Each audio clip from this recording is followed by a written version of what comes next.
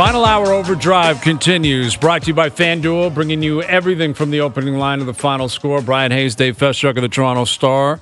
Leafs Gold Knights tonight on TSN4. The O-Dogs over there doing panel work tonight. The quiz tonight. I know it. He's going to win the belt tonight. I can feel it. It's going to happen. People are pulling for him. And the Leafs have won 7 in a row. The first time that's happened in 20 years. Just a wild statistic. Really is. But if you've been riding with this team for 20 years, it's not that surprising. No. It's not. There was a decade there where it was not surprising at all. But it's surprising that this team hasn't done it. Like with the Matthews, Marner, Nylander era, that they didn't go on a 7, 8, 9-game heater. Like you just saw Connor McDavid and the Oilers go on a 16-gamer. Mm-hmm. I mean, not that it's easy, but you just like this is their 8th season together. You would have thought at some point they would have got hot. Right. But I looked it up. It was like when they had the 6-game streak, which was the longest of the Matthews-Marner era until they got to 7, that was the shortest, longest winning streak in the league in that era. Right. Like everybody had gone on a longer one. Everyone's done a 10, 11, 12. It seems that way. There was like 22 over 10, 22 streaks over 10. Like a lot of teams get hot. And this team just never seemed to until now. Well, and they got Vegas tonight, Arizona on Thursday, the Rangers Saturday, Boston next Tuesday.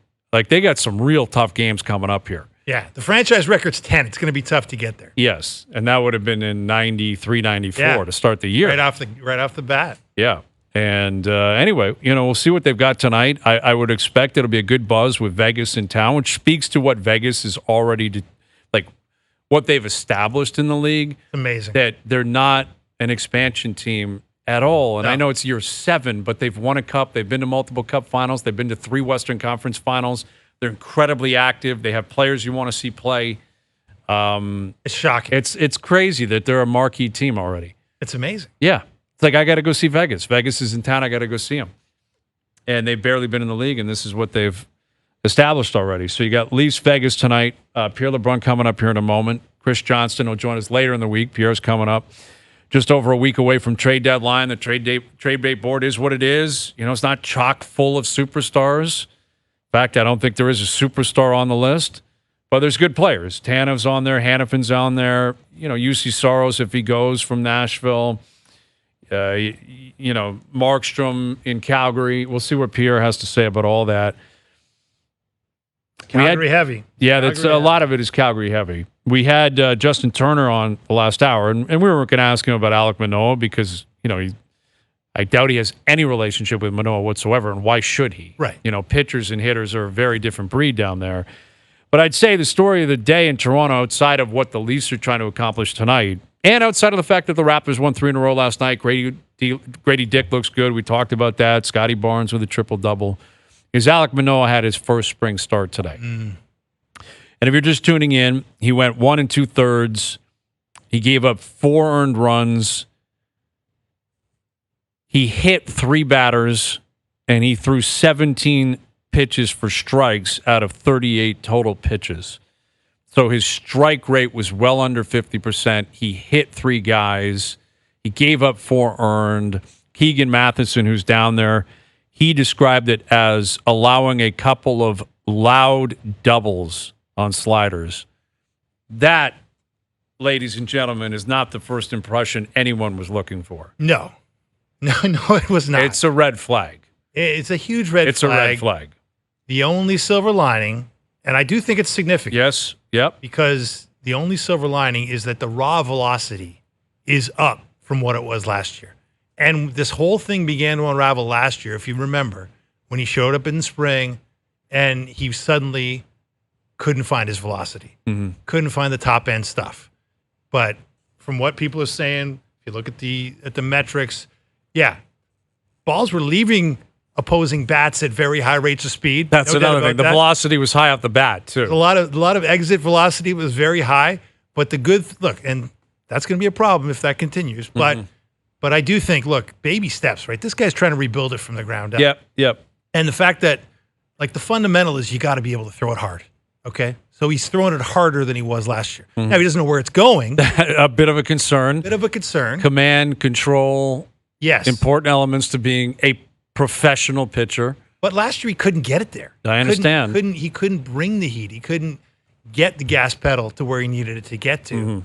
And so I think, look, there's nothing positive about hitting three guys and throwing it at guys' heads and not being able to locate the plate at all. No, exactly. But that is at least because last year was about mechanics, right? Mm-hmm.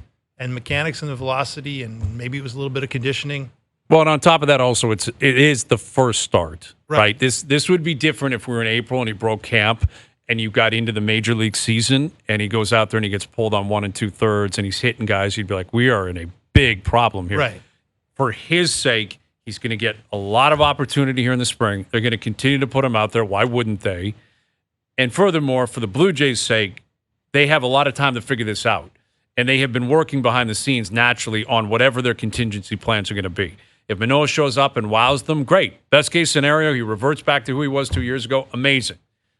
Likely not going to happen. And they're prepared for that. And if it's going to get ugly, hopefully this is a one-off, but if it's ugly the next time he pitches and the next time after that, they will know it's over. Like from now, until he proves something different wherever he's going to go, and I don't know where he goes if he doesn't break camp with the Jays. I'd assume he goes to the minors, but I'd have to look up his contractual situation and where he's at with options and all that kind of stuff. And who knows what his representative's going to say about that, too, because we know there was some dicey back and forth last year behind the scenes between the Manoah camp and the Blue Jay camp. Yeah, he did not relish. It did not go well. To go to the minors last year. But if you pitch like you did today and it keeps happening, the Jays have no choice. You're taking the choice away from them. You can't pitch. You cannot be a part of a major league rotation or a bullpen guy. Can't happen.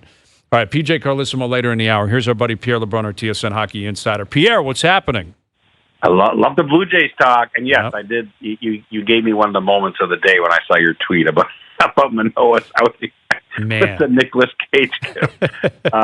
There's a guy I'm in an AL only roto pool that's like 22 years old now. I think 23 years old.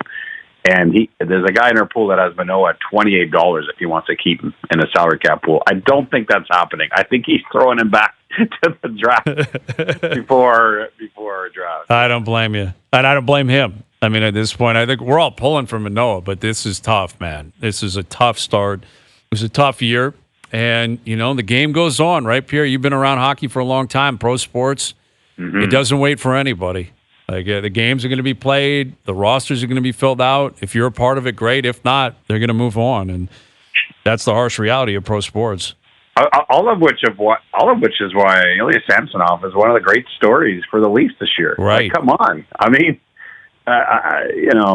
any team in the league could have claimed him when he went on waivers, and understandably, with teams at the cap and teams not sensing a lot of positive play there.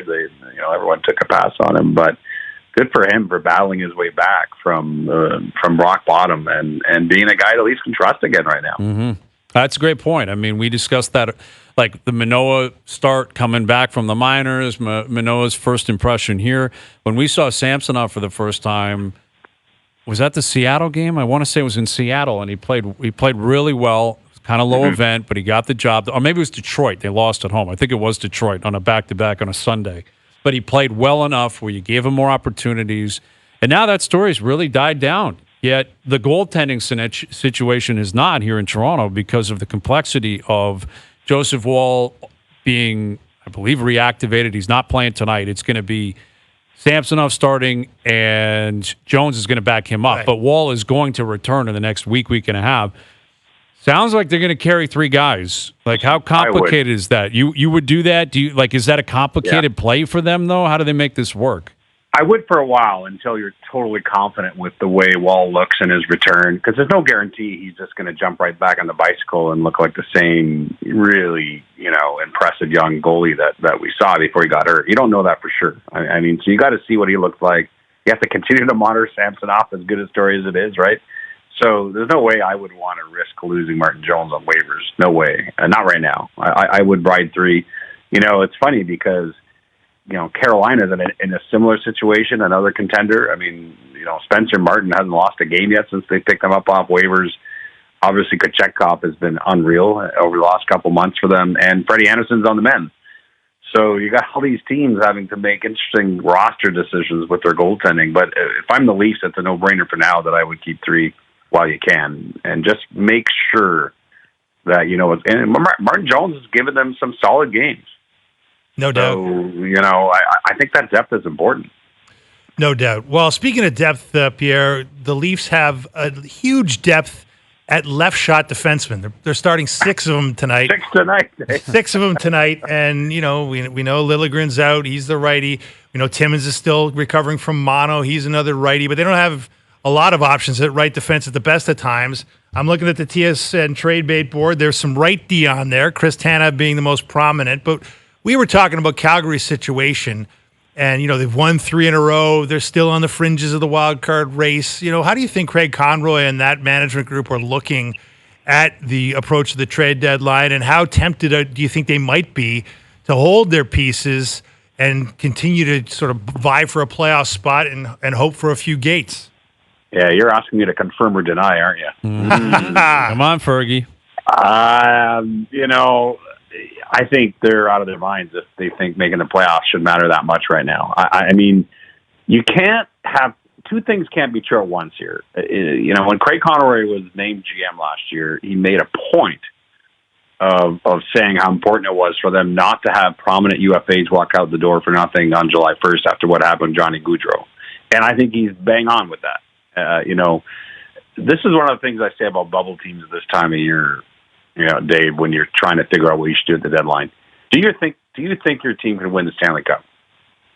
The answer is no with Calgary, right? Do we agree? Yep. Yeah. Okay.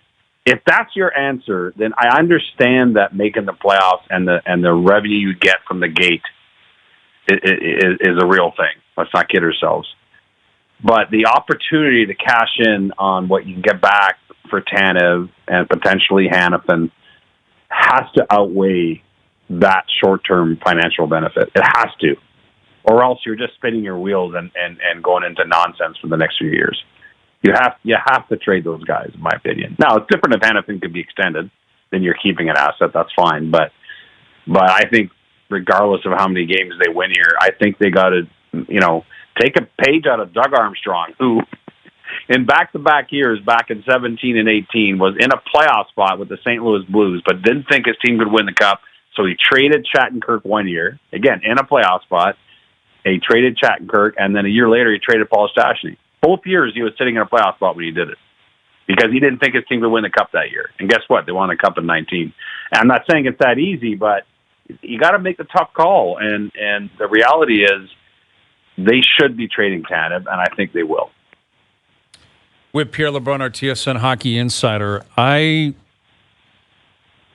sensing some anxiety in Vancouver with Elias Pettersson. I don't know if you're picking up on that, Pierre. Mm-hmm. I've noticed the local media out there, a lot of people are buzzing about his contract situation and rumors about maybe teams calling on him, which I find absolutely ridiculous. I mean, I can't picture a future without Pettersson in Vancouver, especially considering he's an RFA this summer. But what is going on with Pettersson, the Canucks? Like, what's your read on the negotiations and whether or not it's warranted for Canucks fans to have any anxiety when it comes to his status as a Canuck in the future? Yeah, so no doubt I'm about to get radio, but I still love you for it. Okay. Because you have to ask the question. That's my job. And you're bang on. It's been an interesting couple of days on that file. It's a story that's been there all year, of course. The Canucks would have liked to have, done a contract with him last summer, and we know what happened. He said, I want to see what happens this year. And what's happened is that, Pettersson has not been willing to allow his agents to engage with Canucks management meaningfully in contract negotiations. And I think that's been a tough pill to swallow for the Canucks up top. It's also his right. He's in RFA July 1st. And what I don't understand about some of the angst is that it's not like he's UFA and can walk out the door July 1st. He can't go anywhere. I mean, the Canucks own his right, so I don't really know why this has to play out right now before March 8th. So that's my first point. It is, having made a few phone calls the last 48 hours, it is accurate that I know that a few teams have talked to the Canucks about him. That is true.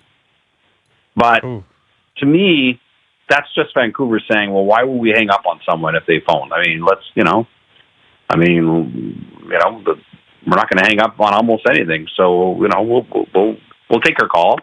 I don't think he gets traded. It makes no sense that he would get traded for March 8th when the team is in first place and they're having a special year. You know, he may very well sign a deal with the Canucks this summer that takes care of all of this, but he wants to wait until then.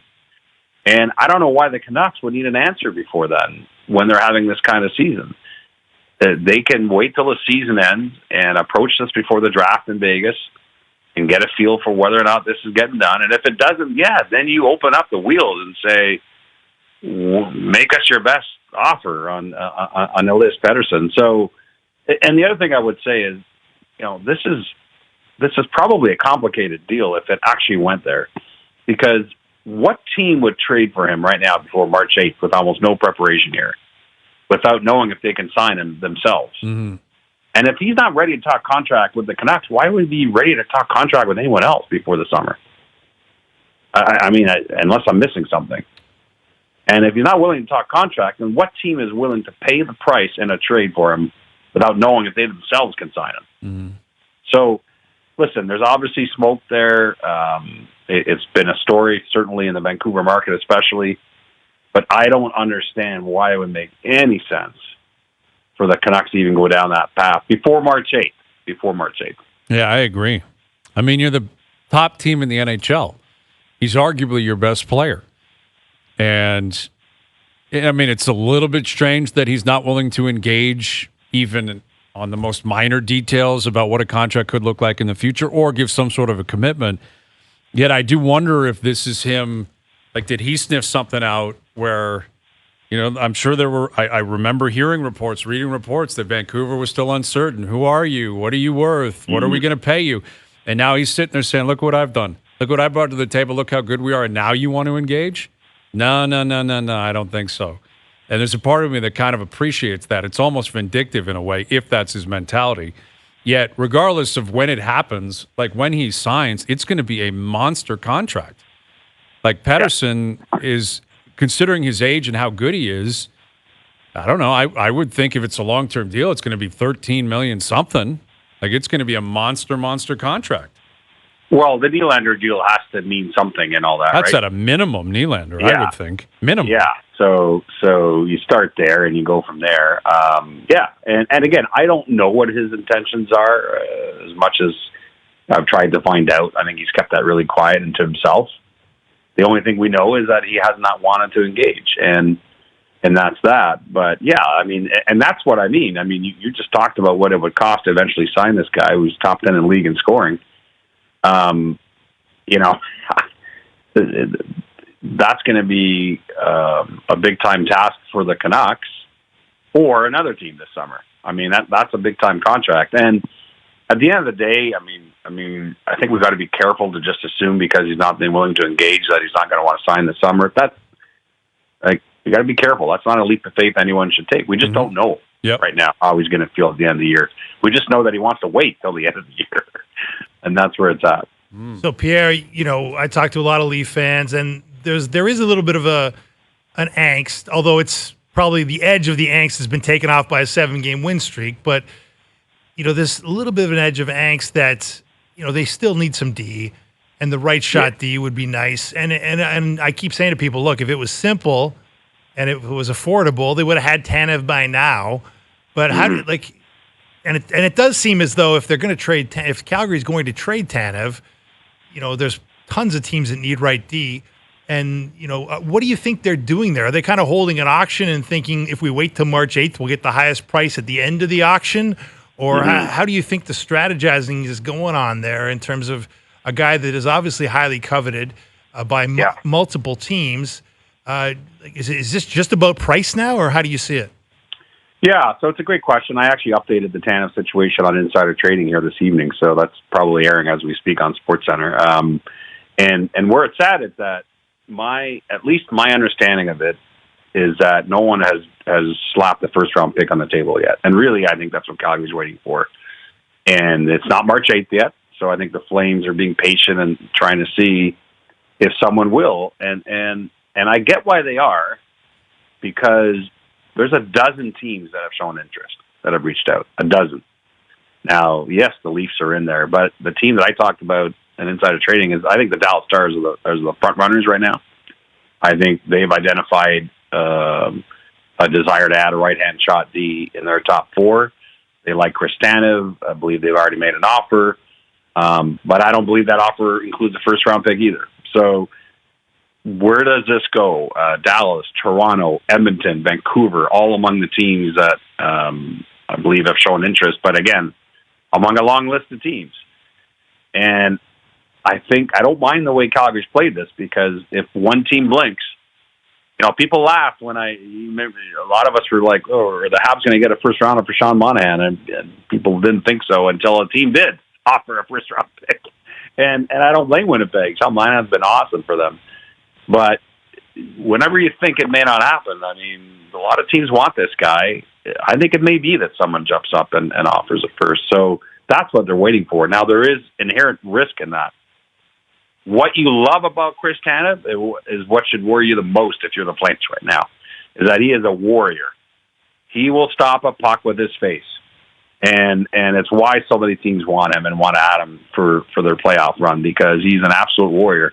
But in the meantime, every time he's out there right now, every night, you hold your breath if you're Flames management. That's the other side of it. Mm-hmm. Yeah, well, we got 10 days, Pierre. Something's got to give. Right? By March 8th, man, we know it. There's a finite date. Listen, I think Calgary kind of is holding some of that up with Hanifin and Tanev. That teams want to know where that's going before they go to Plan B and Plan C. A lot of teams will move on to Sean Walker or Matt Dunbar or others among the right shot D or Labushkin. Mm-hmm. But they want to know first if they're out on Tanev. You know what I mean? So I think that's been some of the holdup. The other holdup has been bubble teams that keep winning. Washington, Calgary, Nashville's not even a bubble team anymore.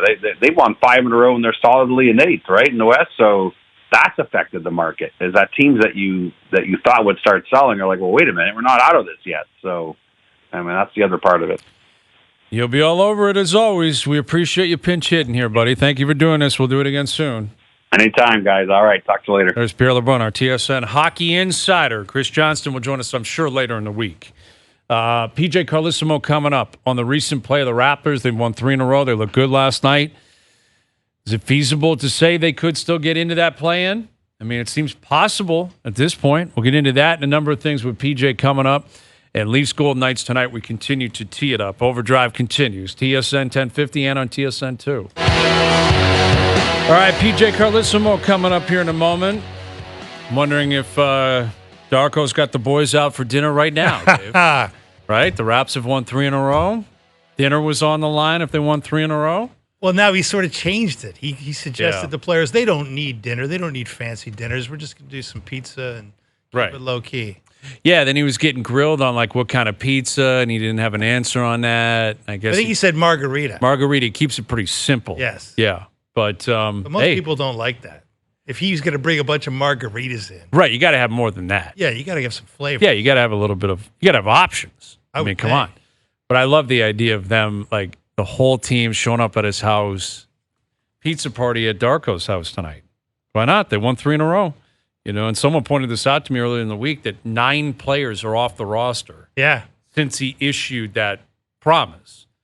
So OG Anunoby's getting kind of screwed over, right? And Siakam's getting screwed over, and Thad Young, and they never got their pizza. They never got their pizza party, man. And now you get new guys coming in, and they get to just step in. That's right. Doesn't seem right. Doesn't seem right. Doesn't seem right. No, but good for him. Good for them, man. I know there's going to be scrutiny of, does Darko actually pick up the bill? Yeah. Like, why does that credit card say? Why does that credit card say Maple Leaf Sports? Right, exactly. Yeah. But they're 3.5 back of Atlanta. Brooklyn actually won big last night, but Brooklyn is not in a good place. Oh. They fired Jacques Vaughn last week. Raptors are only a half game back of them. And again, when you consider, where they're at, we've discussed this a fair amount, you and I. And Masai Ujiri's always been pretty clear and open about this. Like, he is very fearful of like an open tank and accepting losing and losing culture. He always wants them to be going for it. He's always spinning that they could be a player or two away or that they're real close.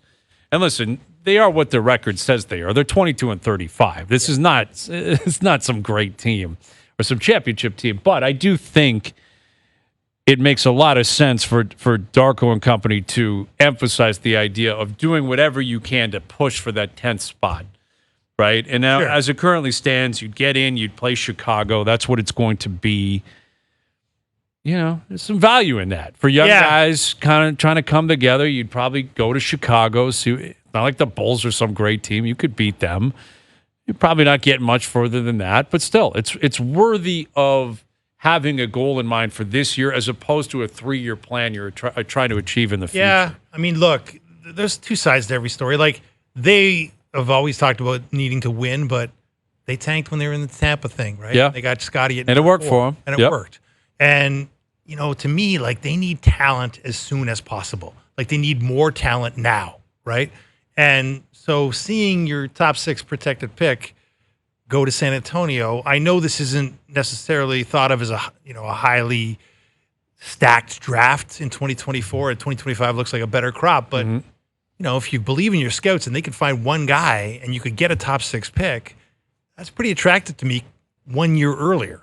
Yeah, there's a lot. I can reason with that too. Right. But this pick hanging over them, like it's going to San Antonio at some point. Right. Right. And if you can find a way to get in and then all of a sudden it becomes a non-lottery pick, I think there's something beneficial to that. There is.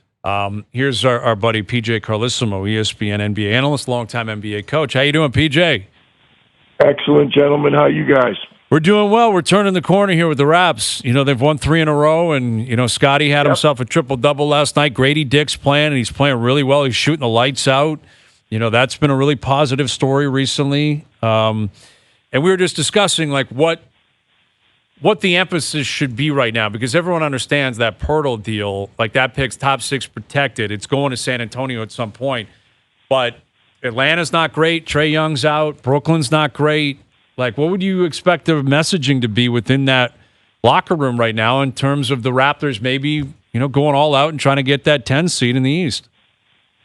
Well, I'm sure that's what Darko and the players are going to do. You know, people talk about tanking all the time. I don't know, as many years as I've been in the league, you know, I don't know. The coaches and the players usually go about their business, to be honest with you. And, you know, sometimes making a deal, not making a deal. Sometimes the front office has more to say about that subtly by, you know, what they do or what they don't do. And I think, you know, you guys were just talking about that 6th pick. Looking at it right now, Masai and you know, Bobby, all the people are aware of who's out there for the draft this year, and so they'll have an opinion on, is there somebody out there that they think they can get at 6, or, you know, or not. But again, there's only so many things you can control, and I think for the team, particularly after what they went through in January, I know Jakob missed a bunch. I don't know if anybody else was out then, but you had that horrible stretch where you lost whatever it was. I don't know the numbers because I haven't had the Raptors yet this year. So to be honest with you, unless they're playing somebody that I'm getting ready to do a game, I don't see them other than the highlights and just following day to day. So I didn't see it, but I know that stretch just buried them. But then the 3 wins, the first time this year they've won 3 in a row, and there are 3 teams right ahead of them in the playoffs, or 2 of them right ahead of them. Indiana a little bit further. They're not far out of the play-in. I know everybody says it, but it's true. You see what Los Angeles did. You see what the Lakers did. You see what Miami did last year. So it's not as far-fetched. Last time I was in Toronto was for that 9-10 game last year, and Chicago won it. And Chicago had, which everybody forgets, Chicago had Miami down in the fourth quarter of that, I don't even know what the hell you call it, the second round of the play-ins, but it ended up being a 9-7 game, if I'm not mistaken, or 10-7, whatever it was. So, you know, you don't know. You get healthy and you start playing well at the right time. I already think RJ seems to be shooting the ball very well, except from the free throw line, which is kind of strange. His field goal percentage and his 3 looks good. From looking at box scores, it looks like he's struggling from 3. I was a big fan of Emmanuel, to be honest with you. I thought the Knicks stuck their neck out a little bit. As it turned out, I think it's been positive for both teams. But I think Emmanuel quickly was really playing well and seems to have been continuing that. Scotty, I was really impressed with. We covered the whole 3 days in Indiana. I mean, he's one of the better young players in the league. There's no question about that. What he's doing now with the triple doubles, I mean, just, shows his versatility and, those names they're comparing him to in terms of who has more triple doubles or, who's done it. I think nobody in the history of the franchise. No, he established that last night. Yeah. Yeah. I mean, I think there's good things happening, but I understand the fans. I understand totally. I mean, one sense I'm tempted to say, hey, I mean, I was there. It was a while ago, but you won a championship not that long ago. There's not that many teams have won a championship. So I trust the people that are in charge. I'm a big Darko fan, to be honest with you. I've known him a long time. I think he's a very good coach. I think there's a nice group of players right there. Clearly, in terms of what you guys were saying, add to it. You got to add something substantial to it. But I think there's rosters around the league that don't have as many good pieces as the Raptors have right now. So that kind of gets you, to tiptoe a little bit and just make sure you don't, I'm not saying they're close and they're one deal away from turning the whole thing upside down. But when there are people who have established that they're capable of being contributing players in the league on a winning team, you have to go carefully. And again, I trust Masai. I trust their front office to do the right thing, and it's going to be interesting to see what happens now. How do they build on winning 3 in a row? That's the first time this year, 3 in a row. Yeah. It's not easy to do in the league, but what did they do with it? Did they win a couple more? I mean, we had Miami. I'm saying we, ESPN Radio. We were in Miami for Boston at Miami. It must be more than a month ago. I don't remember, to be honest. I'm getting senile. But, I mean, Boston beat them, felt like 100. And then the next thing I knew, Miami had lost like 6 or 7 in a row. And people were going, well, they got to break it up. I mean, forget, they're not going anywhere. And then they turned the thing upside down, and now they're, having another patented Miami run. They won last night with like 4 guys you wouldn't even known were in the game. I mean, Kevin Love and Hani Ake showed the way for the team, and they win at Sacramento. So go figure. I'd like to see what they do right now going forward, and then see what they think is available with that pick this year, and what's going to happen going forward. The fact that they did, made some moves. They've done some moves already. Yeah, they've been active. They've moved out. Like Siakam OG's gone, man. Yeah, you move the guys that they moved. It's not like they're sitting there with a pad hand saying we're not willing to do anything. So I think a lot of us wonder right now what the direction's going to be. But I also think that there's a respect and a trust factor around the league. I think it's not like people aren't scratching their heads going, well, those guys don't even know what they're doing. What the hell are they doing up there? I don't think that's not what you get around the league. So I trust it. I just came out of Philly. That's probably why I'm saying it. I trust the process. Probably shouldn't say that in the East, but so PJ, we talked about Darko and knowing him. He's been around the NBA a long time, but this, of course, is his first job as an NBA head coach. He's really tried to instill an unselfish culture. There was a lot of Masai had criticized this team for being selfish last year. They're getting a lot of assists. They're moving the ball really beautifully at times. And Darko, I don't know if you heard, but he made a deal with the team that if he could win 3 in a row, he'd buy him dinner. So, and I was wondering, you coached a long time. Darko says he's going to pay for it out of his own pocket. You've been known, PJ, to like a good restaurant. Did you ever, do the sort of leave the carrot dangling for your team for a little team chemistry to, hey, well, I'll buy you guys something or I'll give you a reward if we can get a streak going? Not as much a quid pro quo. Now, again, I don't know whether they're going to. I like Tim Hortons, but are they going to Tim Hortons or are they going to Soto? Yeah, good question. Good question. Very good question. I know Darko will go to a good place. I know him. We took teams out. I remember the first time Kevin made a shot, actually, when Kevin Durant was a rookie. We didn't win too many games. I think we won less than 20 here in Seattle, where I still live. And he hit a shot in Atlanta for us to win literally at the buzzer. And when we got to Miami, it was one of those deals back-to-back, I think, or we left for Miami right after the game. And we went to a really good place, one of Miles' places in Prime 112 down in Miami. But we've done it sometime where you thought it was going to be a good thing and kind of reward them for what they were doing. I don't recall ever telling them, hey, if you do this, we'll do it. But I guess what? It worked. I don't know how long Darko told them that. But It's been a while, man. I keep telling them, and I don't know the rules. NBA's got more rules in and out, and the front office will know. But if it worked, I'd keep telling them, or tell them 4 or 5 next time. What the hell? If we're gonna spend money at a restaurant, I might as well get 5 wins out of it instead of 3. Absolutely, exactly. Keep putting something on the line. Just keep going and going and going with PJ Carlesimo. And it's been a fascinating year in the NBA, especially in the East, because everyone's wondering like who should be considered the top dog, and Boston's running away with that top seed. Yet the conversation is, will the big dogs drag them there? Do they have enough veteran help, et cetera? And then you get beyond Boston, though. Milwaukee struggled with Doc. They've won a couple in a row now. New York's had their ups and downs, and Anunoby's been. So like, where do you stand on like the upper echelon of the East here at this point, PJ? And how should we have a read on where this is possibly going? There's no question Boston's the best team in the league. They're not the best team in the East. They've been the best team, and they've done it all year. They also have, some recent history. They have a group that went to the finals 2 years ago. I think the moves they made, picking up Chris Tanev was a good move. I say the same thing about Brad that I say about Masai. I trust Brad. I think he's very smart. And when he made the move, I said, wow, he's sticking his neck out there a little bit. I like Chris Tanev. Maybe didn't love him, but guess what?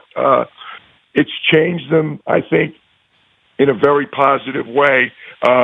Falling into Drew Holiday was mind-boggling. I mean, to get him, for the Bucks to get Damian, and then for the Celtics to counter that by picking up Drew Holiday was extremely fortunate, but also a great, great move. But it's funny, when you talk about Boston, when you're around Boston, the first thing out of their mouths is, as long as Kristaps is healthy, that should be basically what everybody says. Nobody ever gets this thing done unless they're lucky injury-wise. You mentioned New York. New York's got a couple of their key guys out right now. Philadelphia's decimated. Covington and Embiid are out, but Embiid himself, just turns that whole thing upside down. Milwaukee still doesn't have Chris Middleton back. They're going to get him back. I do think they're playing better. They played really well Sunday in Philadelphia, and Friday night, that win in Minneapolis was very, very impressive. But you can go around the league, and there's so many teams that either are just getting a guy back, or Atlanta, who's right ahead of the Raptors right now. Trae Young's going to be out 4 weeks. I know they won the first one, and DeJounte really stepped up and played well. But you don't take a player like that out of the lineup without it really impacting the team. And there's a number of teams around the league that's a major factor for right now. So who's healthy is going to be huge. I don't think Boston's unbeatable. I think they're the best team. They're going to have home court. But I thought they were. A lot of people felt they were the best team last year, and Miami got them. So I think it's really balanced from 2 to, I don't know where to draw the line, going down 6, 7 at least right now in terms of what teams have shown. And Miami's just a wild card. Miami just has too much history. A, they have a couple of exceptional players. B, they got a great, great coach, and they have a history of just getting better as the year goes on and playing better deep, as the season winds. And Jimmy Butler, for whatever reason, is capable of flipping a switch when it gets to April, May, or June, which is, he's been doing it for too long. We started the damn thing when I was in Brooklyn, and we lost to them in a 7-game series. Every time I tell Jimmy, I still remind him, or cover him, I remind him of it. I said, nobody knew who you were. You were a young guy, and then you had that breakout series against us when the Bulls beat us in 7 in the first round way back when. So I'm looking forward to the playoffs. The West is, I think, deeper. I shouldn't say no one. Everybody questions the playoff inexperience or the youth of Minnesota and OKC. So they keep saying, don't don't just assume because they've been the two best teams all year, they're going to do it in the playoffs. Everybody keeps saying, don't forget the Lakers and the Warriors. They're 9 and 10. Right. Everybody keeps saying, don't count those guys out. So selfishly, I'm really looking forward to the playoffs. I think it's going to be great. But I also think that Adams' brilliance again, because I didn't see the merit in it when he did it. But this play-in has been great. But it confuses the hell out of the teams.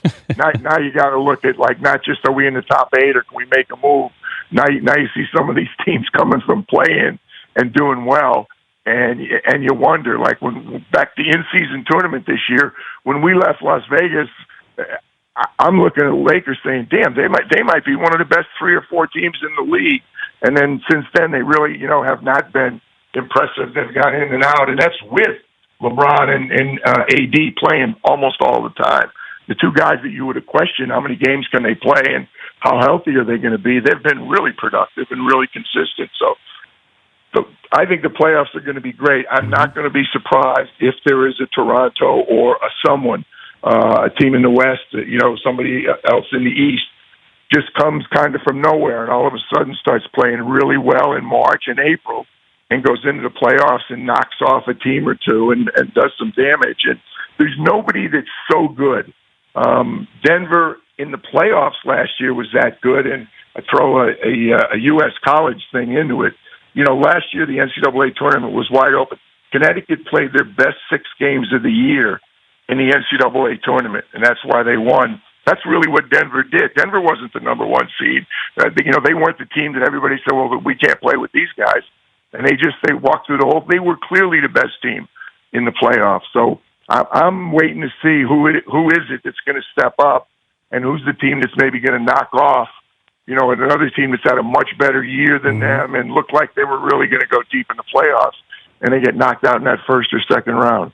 Cannot wait for it, but we still got a ways until we get there. It's always great catching up with you. Thank you for doing this, PJ. We'll do it again soon. I would love to. I appreciate it, Bryan and Dave. See if we can get an invite to that dinner with Darko, too. Yes, exactly. I know where they're going. Might be happening right now, man. I think we're on the outside looking in. But next time they win 3 in a row, we'll get in there. We'll get in there. All right, I appreciate it. All right, thanks, PJ. PJ Carlesimo of ESPN. And that play-in, he's right. I don't know if this is what Adam Silver envisioned, but we're talking about the Raptors. They're 22 and 36. Yeah. And we're like, hey, maybe they can get that 10 seed, man.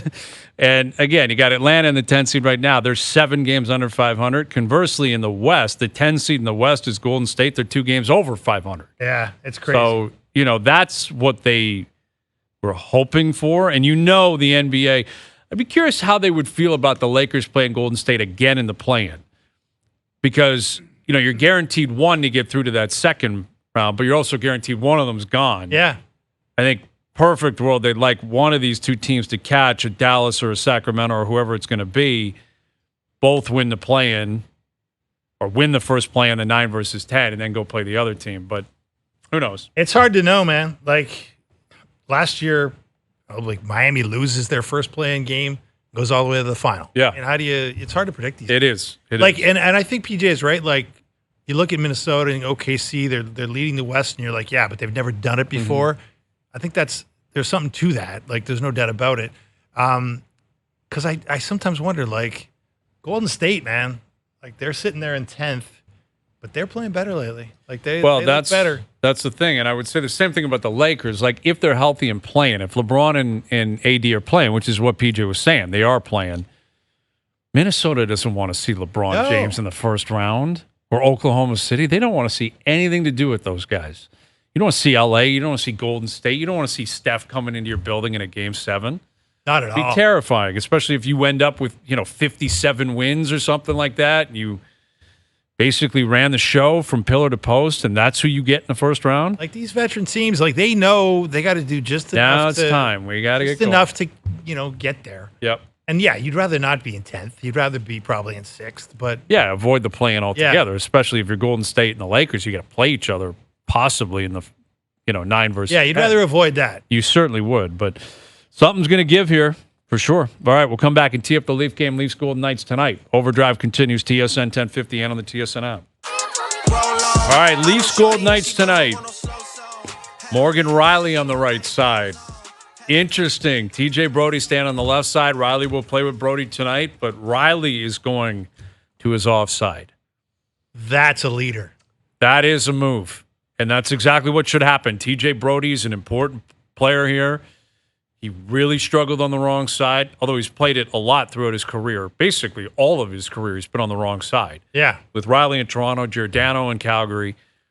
But he's found a rhythm on the left side. They've been winning with him on the left side. Keep him there. Move Riley over. I like this play. I don't know if it's going to work, but I like the play. Well, and it's the way Sheldon Keefe told the story this morning. It's Riley putting up his hands saying, "I'll Give me play a shot right. there. I'll play right." Let me try the other side. Yep. Yeah, Liljegren's out tonight. Vegas in town, but no Mark Stone, no Jack Eichel. You know, you got Samsonov in net, Aiden Hill. 7 in a row. You're going for 8 tonight. Did they get the standing O before the game? They get the standing O. We'll find out in the next 10 minutes. Yeah. Right? We'll find out on TSN 4. All right, Dave, good seeing you, man. Great seeing Thanks you. for doing this. Dave Feschuk of the Toronto Star. Thanks to everyone behind the scenes for helping out today. We appreciate it. Everyone for tuning in today, radio, TV, podcast, web. We appreciate that. We're out of here. Enjoy your evenings. Enjoy the games tonight. We're back tomorrow at 4 p.m. We'll chat then.